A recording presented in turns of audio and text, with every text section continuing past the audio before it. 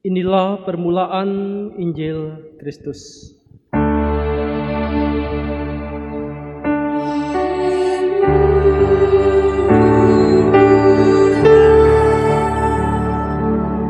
Bapak, saya undang untuk berdiri. Lukas 14 ayat yang pertama dilanjutkan ayat 7 sampai 14 demikian. Lukas 14 ayat yang pertama. Pada suatu hari Sabat, Yesus datang ke rumah salah seorang pemimpin dari orang-orang Farisi untuk makan di situ. Semua yang hadir mengamati dia dengan seksama. Ayat 7. Karena Yesus melihat bahwa tamu-tamu berusaha menduduki tempat-tempat terkehormatan, Ia mengatakan perumpamaan ini kepada mereka. Kalau seorang mengundang engkau ke pesta perkawinan, janganlah duduk di tempat terkehormatan, sebab mungkin orang itu telah mengundang seorang yang lebih terhormat daripadamu. Supaya orang itu yang mengundang engkau dan dia jangan datang dan berkata kepadamu, berilah tempat ini kepada orang-orang itu. Lalu engkau dengan malu harus pergi duduk di tempat yang paling rendah. Tetapi apabila engkau diundang, pergilah duduk di tempat yang paling rendah. Mungkin tuan rumah akan datang dan berkata kepadamu, sahabat, silakan duduk di depan. Dan dengan demikian engkau akan menerima hormati depan mata semua tamu yang lain. Sebab barang siapa meninggikan diri, ia akan direndahkan, dan barang siapa merendahkan diri, ia akan ditinggikan. Dan Yesus berkata juga kepada orang-orang yang mengundang dia, apabila engkau mengadakan perjamuan siang atau perjamuan malam, janganlah engkau mengundang sahabat-sahabatmu atau saudara-saudaramu atau kaum keluargamu atau tetangga-tetanggamu yang kaya, karena mereka akan membalasnya dengan mengundang engkau pula, dan dengan demikian engkau mendapat balasnya. Tetapi apabila engkau mengadakan perjamuan, undanglah orang-orang miskin, orang-orang cacat, orang-orang lumpuh, dan orang-orang buta. Dan engkau akan berbahagia karena mereka tidak mempunyai apa-apa untuk membalasnya kepadamu, sebab engkau akan mendapat balasnya pada hari kebangkitan orang-orang benar. Amin. Yang berbahagia ialah mereka yang mendengarkan firman Allah dan yang memeliharanya. Amin.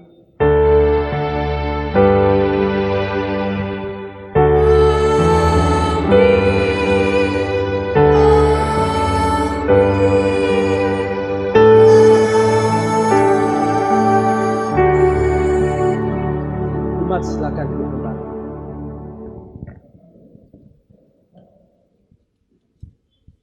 Membangun sikap rendah hati dalam kehidupan. Membangun sikap rendah hati dalam kehidupan. Ada ungkapan yang demikian, Ibu Bapak, dari Mother Teresa. Jika kamu rendah hati, tidak ada yang bisa menyentuhmu, baik pujian maupun celaan, karena kamu tahu siapa dirimu. Jika kamu rendah hati, tidak ada yang bisa menyentuhmu, baik pujian maupun celaan, karena kamu tahu siapa dirimu. Karena kamu tahu siapa dirimu. Ibu bapak, kata ini mengingatkan bahwa kerendahan hati adalah dasar kehidupan orang percaya. Kerendahan hati merupakan dasar kehidupan kita beriman. Sebab kerendahan hati ini membuat kita itu akan lebih kokoh. Kerendahan hati membuat kita tidak goyah. Tidak goyah oleh pujian yang bisa meninggikan kita, atau kita tidak akan jatuh oleh karena celaan oleh karena hinaan, atau bahkan dilecehkan. Sehingga kerendahan hati ini menjadi pondasi, menjadi sesuatu yang menguatkan, sesuatu yang mendasar dalam perjalanan kehidupan kita sebagai orang beriman. Sebab di dalam kerendahan hati ini kita juga belajar mengenal siapa diri kita di hadapan Tuhan. Bukan karena kehebatan, tetapi karena anugerah Tuhan. Sehingga berbicara tentang kerendahan hati ini sangat-sangat berharga, sangat-sangat penting dalam kehidupan percaya kita, kehidupan beriman kita, juga hidup dalam pergaulan kita sehari-hari, terlebih juga dasar yang penting menguatkan dalam kehidupan kita pelayanan. Ya. Karena ia datang untuk melayani, bukan untuk dilayani. Penting sekali kerendahan hati ini. Di dalam bacaan kita mengajarkan hal yang demikian. Di dalam Amsal, kerendahan hati berarti tidak memegahkan diri. Ya. Firman Tuhan yang kita baca di dalam Amsal 25 ayat 6 sampai 7, maaf. Firman ini mengingatkan kita bahwa kerendahan hati bukan hanya soal sikap batin, tetapi juga terlihat dari cara kita menempatkan hidup kita, menempatkan diri kita. Pribadi-pribadi yang rendah hati tidak sibuk untuk mencari posisi terhormat, bahkan tidak memaksakan orang lain untuk menghormati dirinya. Sebab perlu kita mengerti bahwa kehormatan itu tidak bisa dicari.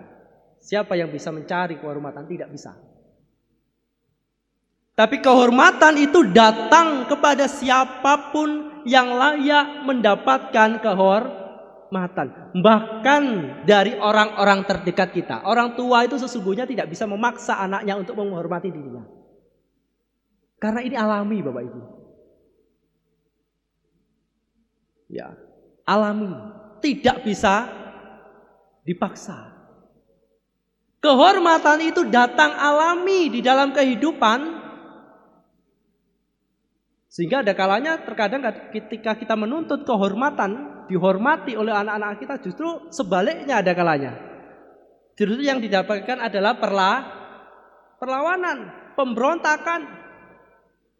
Akan tetapi bahwa kehormatan itu datang di dalam kehidupan manusia yang layak untuk mendapatkan kehormatan itu sendiri. Sehingga di dalam Amsal, ibu bapak, saudara-saudara, diingatkan jangan memegahkan diri terlebih di hadapan raja, dan jangan berdiri di tempat orang-orang besar.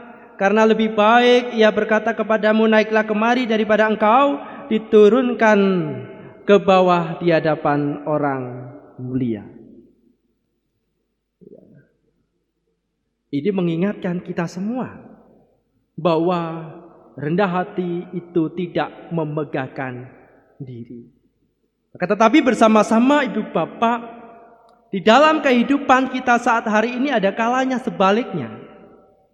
Terkadang setiap dari kita itu ingin dihormati di dalam kehidupan ini. Menuntut dihormati, menuntut dihargai di dalam kehidupan. Sedangkan hal itu tidak bisa. Memang tidak secara langsung. Tetapi ada kalanya itu tanpa sadar kita lakukan di dalam kehidupan. Saya kadang-kadang juga pernah merasakan hal yang demikian. Ibu bapak, kalau kita itu ada pertemuan-pertemuan, terlebih dengan orang-orang penting, Bapak Ibu, ada nggak keinginan untuk foto gitu? Apalagi orang-orang yang sangat terhormat, misal bupati, gubernur, atau lagi presiden gitu ya. Kalau saya, Bapak Ibu, pernah ngalami, saya ingin foto, Bapak Ibu. Oleh sebab itu kalau jenengan lihat di Instagram saya itu juga ada foto dengan bupati, ada foto dengan ya wali kota waktu itu di Kediri, wakil wali kota, ada tokoh-tokoh, lalu saya upload gitu ya.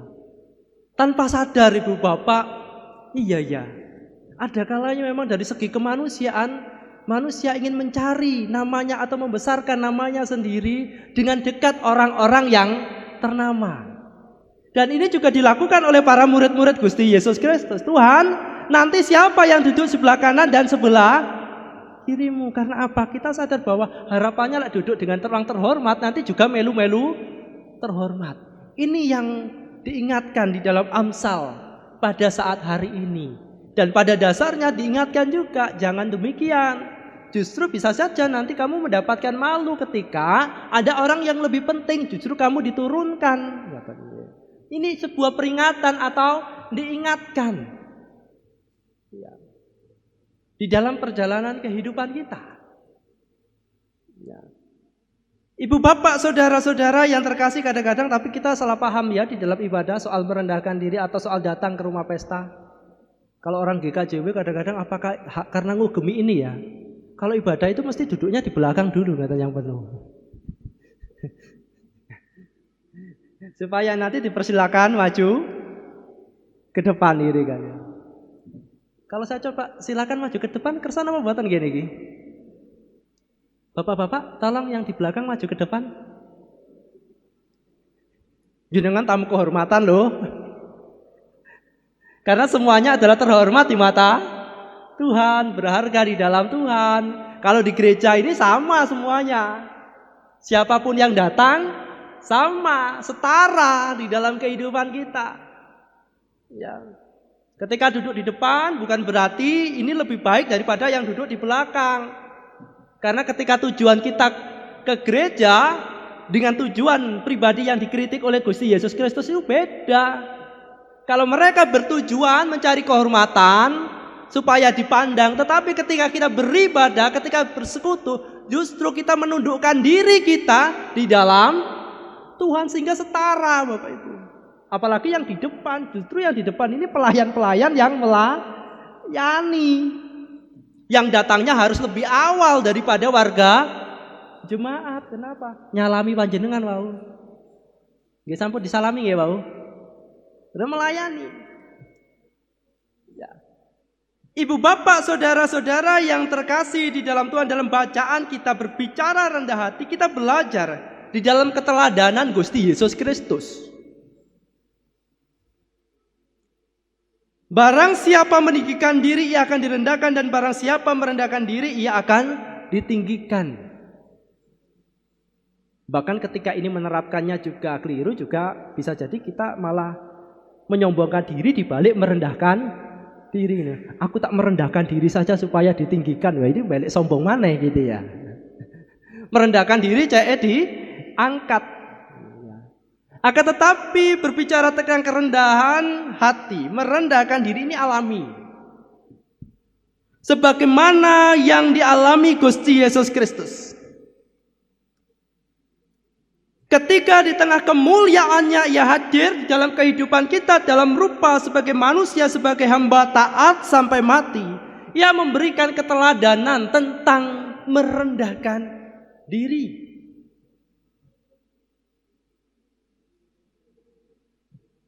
Sebagaimana yang Kristus alami ketika dia merendahkan diri memang ya sangat berat. Dunia menghina, dunia mencela, bahkan penghinaan itu berlanjut sampai dengan penyaliban. Mungkin saat ini ketika kita melihat simbol salib menjadi simbol kasih Tuhan, simbol pernyataan cinta Tuhan, tetapi ketika saat Gusti Yesus disalib, tujuan orang-orang menyalib Tuhan Yesus adalah melihat betapa rendahnya sebagai manusia. Dilecehkan, diludahi dan lain sebagainya, akan tetapi jalan Kristus yang merendahkan diri justru membawa keagungan dalam iman kita sebagai orang Kristen. Yang tadinya menjadi simbol penghinaan, simbol yang melecehkan, bagi umat percaya pada akhirnya salib menjadi kehormatan yang sungguh luar biasa di dalam iman percaya kita. Oleh sebab itu kadang-kadang kita bangga ya kalau pakai kalung salib ya. Melari nggih, kadang-kadang giwangi nggih salib. Setolai nggih wonten simbol salib. Saya juga pakai salib. Gerejanya ada salib. Bahwa kehormatan ketika datang tidak ada yang bisa membatasi, tidak bisa dihalangi, sebagaimana kita menghormati Allah yang hadir di tengah-tengah dunia ini. Sehingga ibu bapak, mari bersama-sama kita belajar untuk merendahkan diri supaya juga tidak tergoyahkan di dalam kehidupan ini. Tidak tersulut untuk melakukan hal-hal yang jahat, tidak mudah terprovokasi, tidak mudah terpancing amarah kita di dalam kehidupan kerendahan hati, memberikan dasar yang kokoh, pondasi yang kuat supaya kita hidup dalam iman. Ibu bapak, saudara yang terkasih, sebagaimana yang kita ketahui, betapa mudahnya kita tersulut. Hati kita merasa kadang-kadang mudah merasa dilecehkan, merasa tidak dihargai dan lain sebagainya. Oleh karena statement akhirnya terjadi huru hara di bangsa kita. Oleh karena perkataan, oleh karena kita juga merasa direndahkan dan lain sebagainya. Akan tetapi ibu bapak, sebagai orang percaya, sebagai orang Kristen, mari kita belajar merendahkan diri kita di hadapan Tuhan, supaya kita tidak mudah terombang-ambingkan di dalam kehidupan ini. Merendahkan diri bukanlah bagian yang hina di dalam hidup kita, justru yang berharga di dalam iman kita. Merendahkan diri bukan berarti membuat kita tidak merasa berharga, akan tetapi justru ada keistimewaan di balik merendahkan diri di dalam Tuhan Yesus Kristus. Karena hal itulah yang akan mengubahkan kita untuk senantiasa berjuang melakukan hal-hal yang baik.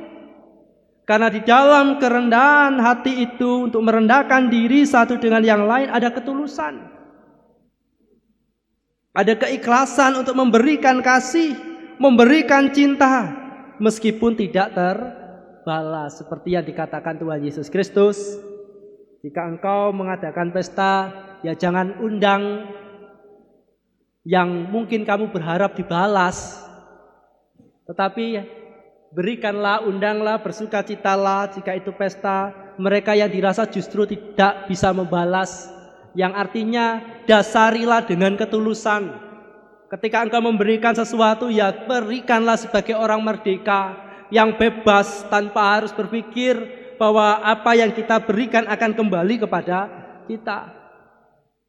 Sehingga bersama-sama hal yang besar disediakan Tuhan di dalam kita. Sebagaimana tertulis, sebab engkau akan mendapat balasnya pada hari kebangkitan orang-orang benar.